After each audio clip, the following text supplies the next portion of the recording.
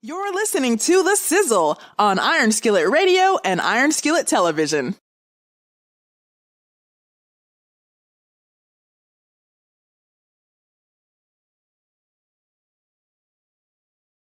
You're listening to The Sizzle on Iron Skillet Radio and Iron Skillet Television. You know who it is. You know what it is. It's the Sizzle in the building. J Sizzle's in the building. G Sizzle's in the building. And we have a special guest in the building today. Our special guests are Joni and Hope Mason, the authors of the Book of Caleb. Now, if you haven't heard of the book, that's fine. By the time we finish this interview, you'll have everything you'll need to know about this book, about the authors, and everybody who's here. So I'm going to say hello first to you. How are you guys doing? Doing just great. Doing great. Thank you. Thank you so much for having us. So looking forward to this day. Well, we are looking forward to it also. It's a lot that's going on, so we're just going to jump into it. We're going to dive right into it so that the listeners can get a really good idea of what the Book of Caleb is. And someone says the word accountability. That always seems to be the word that comes up when we're talking about this novel. Accountability, the Book of Caleb. But before we get there, the first thing that I want to ask, starting with you, Joni, is tell the listeners some background information, who you are, what you are, and what you do. Who are you? Well, I'm Joni Mason. I'm originally from Chicago. My wife is originally from Indiana. And I've done a number of things. I've been in law enforcement. I've sold software to governments. I have worked for a major union. And we've had our own restaurant business before, and we have made custom jewelry for clients over the years, and now we have reinvented ourselves into authors. And that is how this book came about. There were several things that have happened in our personal lives, and then you couple that with what's going on in the world today. We both being retirement age, my wife and myself, is that what could we do? How can we be activists? How can we voice our opinions on what is happening in the world and make it interesting for people to listen to or read? Yeah. Hope, tell us a little bit about you. Well, I am a Garyite, and I met my husband when I was working in Chicago, and so it's been a pretty long relationship. I'd say 40 plus years, but wow. We have only been married about 36 years. Only. Okay. Got you. But it's been good all the way, and retired from over there, moved back over here, have a little piece of property over here, and just reestablishing our lives. Again, we ran a big restaurant. We have, kind of rehoned our skills, and, you just learn to do different tricks of the trade, as they say, when, you have to kind of reinvent yourself. So that's what we've been doing, and it's been fun. It's been fun all the way. It surely has been fun and very interesting. That's fantastic. I'm interested about this new path you're traveling on now. What inspired you to go and write this book? What was the thing that went ding, ding, ding, the light went off, and you said, I have this on my mind, and I need to let other people know about it? Well, we started writing the day of the insurrection. Okay. And it was just unbelievable to watch and experience. And so when you put that together with some personal things that were going on in our life, that was really, we couldn't believe that was happening. Now we're talking about January 6th then, right? Yes, January 6th. Right. And so we're looking at that on television. At the same time, we're experiencing another kind of trauma simultaneously. Yeah. And so I saw the look on my wife's face, and I said, oh, my goodness, what can I do to pull us out of this? Yes. We have to refocus because we got to deal with what's happening outside of the walls we live in, as well as on what is happening in our personal lives. Mm-hmm. And so I sat down at the laptop, a laptop that had been sent to us as a gift. Okay. And I started typing, and I'm not a typist. and my wife is a very good typist. And I started typing and this and that, and the story started coming out. I think I got like 3 pages in, and she came over and she sat down and she looked at it when I wasn't paying attention to what was on the screen of the computer. And she said, "Oh my goodness," she said, "Joni, this is really good. I really liked it." She said, "This story you're going to finish." And so she said, "You dictate, I'll type." Okay.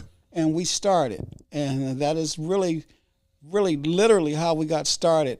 But the motivation was everything that was going on around us. So when you read the book, you'll be able to identify current events. Yes. With the storyline. Hope, can you elaborate a little bit when you saw that inspiration that was going on? You said, "Oh my goodness, what? I'm looking over the shoulder here. What's happening?" Did you know you had something in when you saw what he was writing? The minute I got into the 3rd or 4th line, I'm like, "Woo! This is like way over the top, more so than what I ever expected." And really, I says,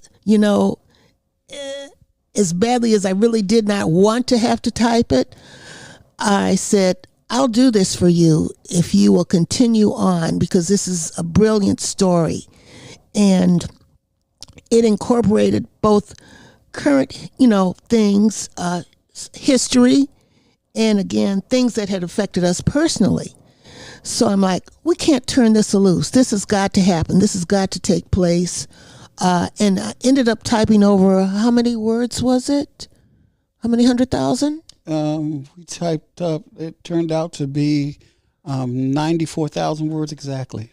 Okay. And we cut about 100,000 out of it. Yeah, so it was a tremendous amount of typing. Luckily, in my day, so to speak, I was quite a typist, so I could type, 120, 130 words a minute. So fortunately, some of that had stuck with me. But that was a 6-month journey for us, straight through. I mean, night writing and the book day. was 6 months almost. Yeah, exactly. I mean, stop to eat, take a break, do what you need to do. But believe me, it was no easy feat, but it was continuous, and it wasn't difficult. It was effortless, and it just poured out of him. And I'm like, okay, keep on. You know what I'm saying? So that's how it happened. Let me ask this. As the book is starting to progress, you're starting to write it. These words are flowing out. Things are coming out. How are you developing these characters? What is it now that it's inspiring you to start writing about these characters? How are you getting into the nuance of who these characters are? That's just amazing. As I said before, and I want to just clarify, make it clear, my intention was to take that pain and turmoil out of my wife's face from what we were going through. And so I wanted to do something that would pull us both out. And I have to tell you, once we started writing, everything that was going on that was external in our lives disappeared. No problems. It was a 6 months of just every day we were focused on the book, the characters developing, and so forth. And so getting back to your question just now, we started out with one character, and then it was very easy after that to start developing the husband, the children, and the other people in the book. It just flowed sort of naturally for us for it to come out. People keep asking me, how do you, and I could do it. It was very, very easy. I don't know how to say it. When people say that I didn't write this, somebody else wrote it, I understand that now. Okay. So you both were collaborating on the book together? Yes. Yes. How did that work out? Because we know the inspiration came, and then you said, "Oh, we got something here." But it's like, how do we take the book and we get on that same path to traveling? I'm interested to see, how did that work out between you? I want to start with you, Hope. Well, it was just, sometimes minds work in tandem. Yeah. And as he kept, kind of pulling these characters out and, elaborating and whatever, it just, I don't know, it just surfaced. It just came into life by itself. There's no other way to explain it. It was almost miraculous to me, and how everything fits together. That's why I kept questioning. I'm like, how do you remember this? How do you know to put this in there? Or how do you know to, say this or that or whatever? Because I was just flabbergasted as far as how this story literally came about, and with the number of, I have to say myself, very well-developed characters in this story. So it was great. At times when I was typing, I was laughing, I was crying, I was saying, I can't type that. I don't want to hear that.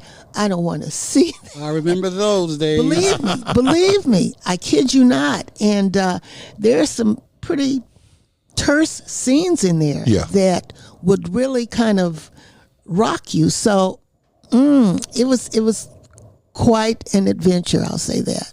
It sounds like it was not a labor of love, but a need to, therapy. Yeah. And it was therapy. You're absolutely, that's the correct word. But it was also, everything we do is a labor of love. Oh, absolutely. But it was therapy for us. It was miraculous. I mean, it was such an experience. And I have to tell you, she was a touchstone for me throughout the whole process because, she's so in tune with what she likes and she doesn't like.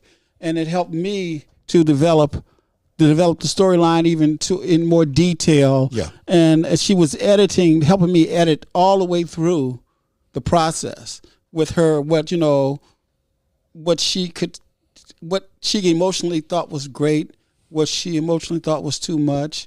It was just that kind of experience. I tell you, it was like we went inside a cocoon together for the 6 months of writing the story, and it was a great experience. That's incredible. Let's take a deeper dive into the writing of the book itself, the embodiment of the characters, your main character, your main thought process that was going on. When you first start writing the book, did the book become a part of you, or are you a part of the book? Who you want to answer first? No, I'll give it over to you. Well, it was both. Yeah. It really was both. The book to us is so real. The characters are so real. What they experienced is so real. We find ourselves talking about these people as if we know them, as if they're in our family. And that it's so close to us that it did become a part of us, and the book was us. So let's expound a little bit on that point. Let's talk about the characters in the book. Let's flesh that out a little bit for people, because I'm super interested. I know people are listening right now. They're going, my goodness, this book took 6 months to write.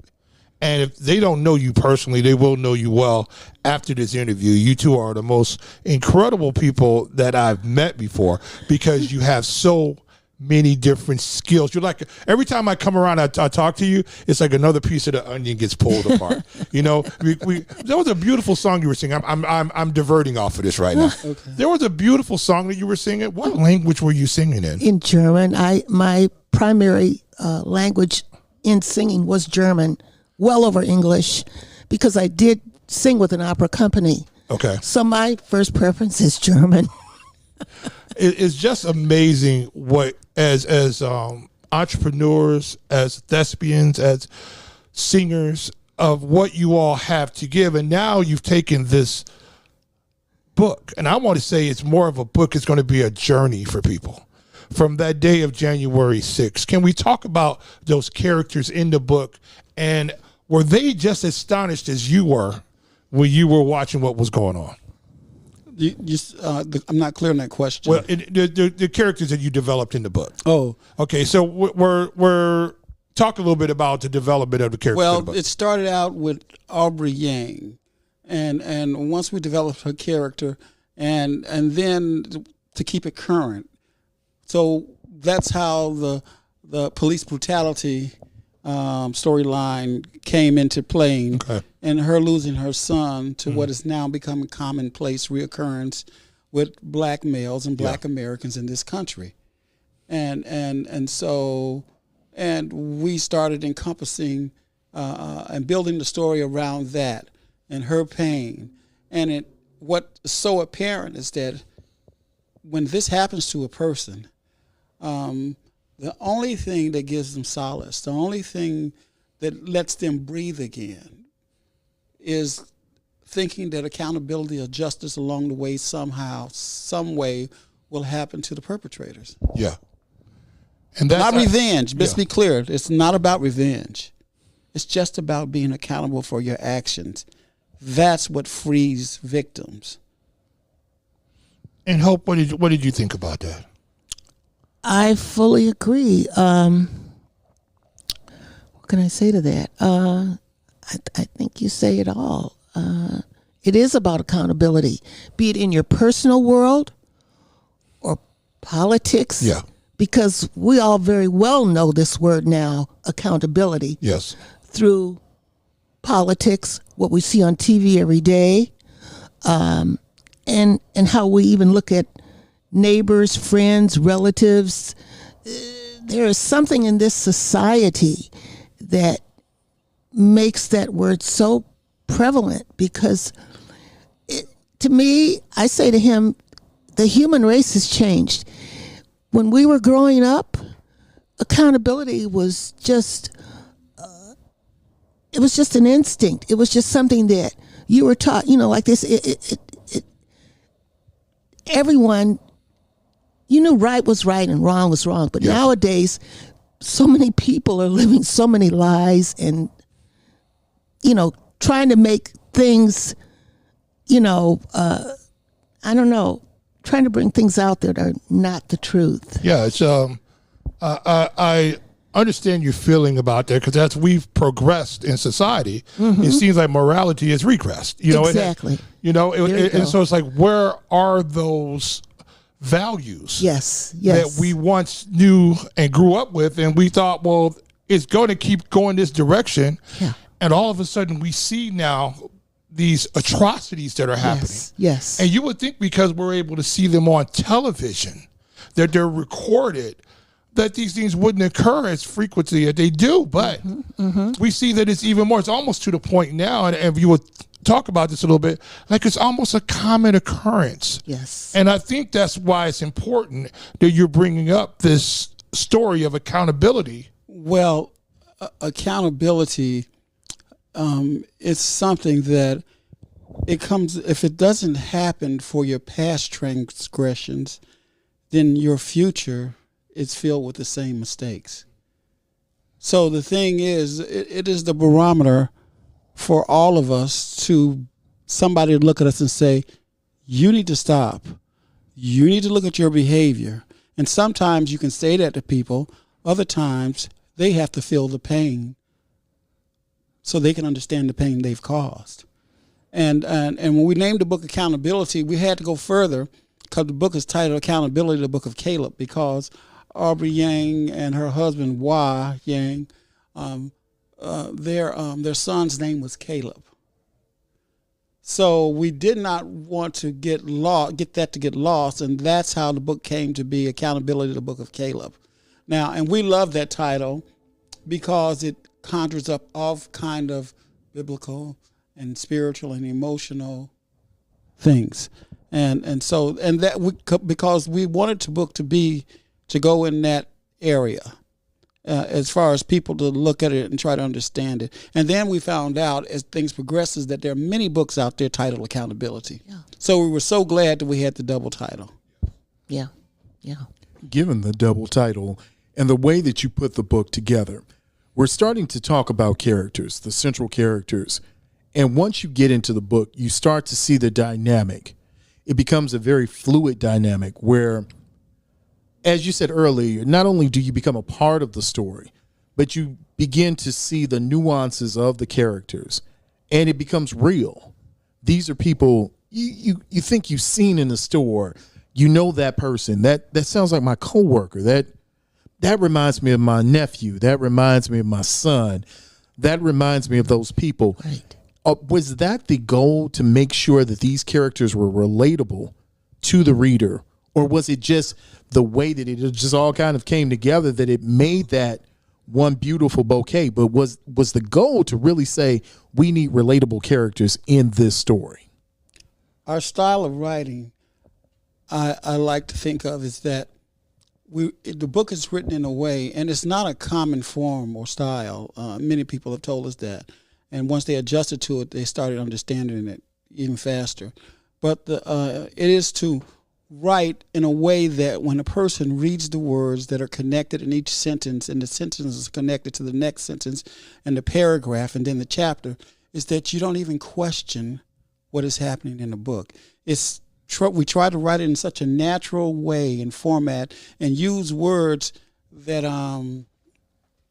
that made it as simple as breathing when you start reading the book. And that way you don't have to convince anybody of the storyline. It just is. It just comes into being. Something that just came into being. Something that just moved. I like how you use the word play, but there's some technical things here. There's some things that writers who are aspiring writers, or those who haven't written their novels yet, that's a technique that you're using. And it is so effective because it helps move that story along. When you start, there's some other things in the story, and we're going to go to break in a minute. But when we come back from break, one of the things that we've got to talk about is one of the centralized themes in this book, and that is art, food, family, fun, the way that it all culminates and comes together and helps to weave the tapestry of this book so that it all flows. And it's a weird accountability through everything that it's an amazing book. So what we're going to do is we're going to stop right here, and we're going to go to break because it's too much. It's too much for me. I need to get some food. I need to get some water. I need to get something. So what we're going to do is just pause for a second, and then we'll come back. And on the other side, you'll have the authors, Joni and Hope Mason, here on WGVE 88.7 FM. This is The Sizzle, and we will see you on the other side.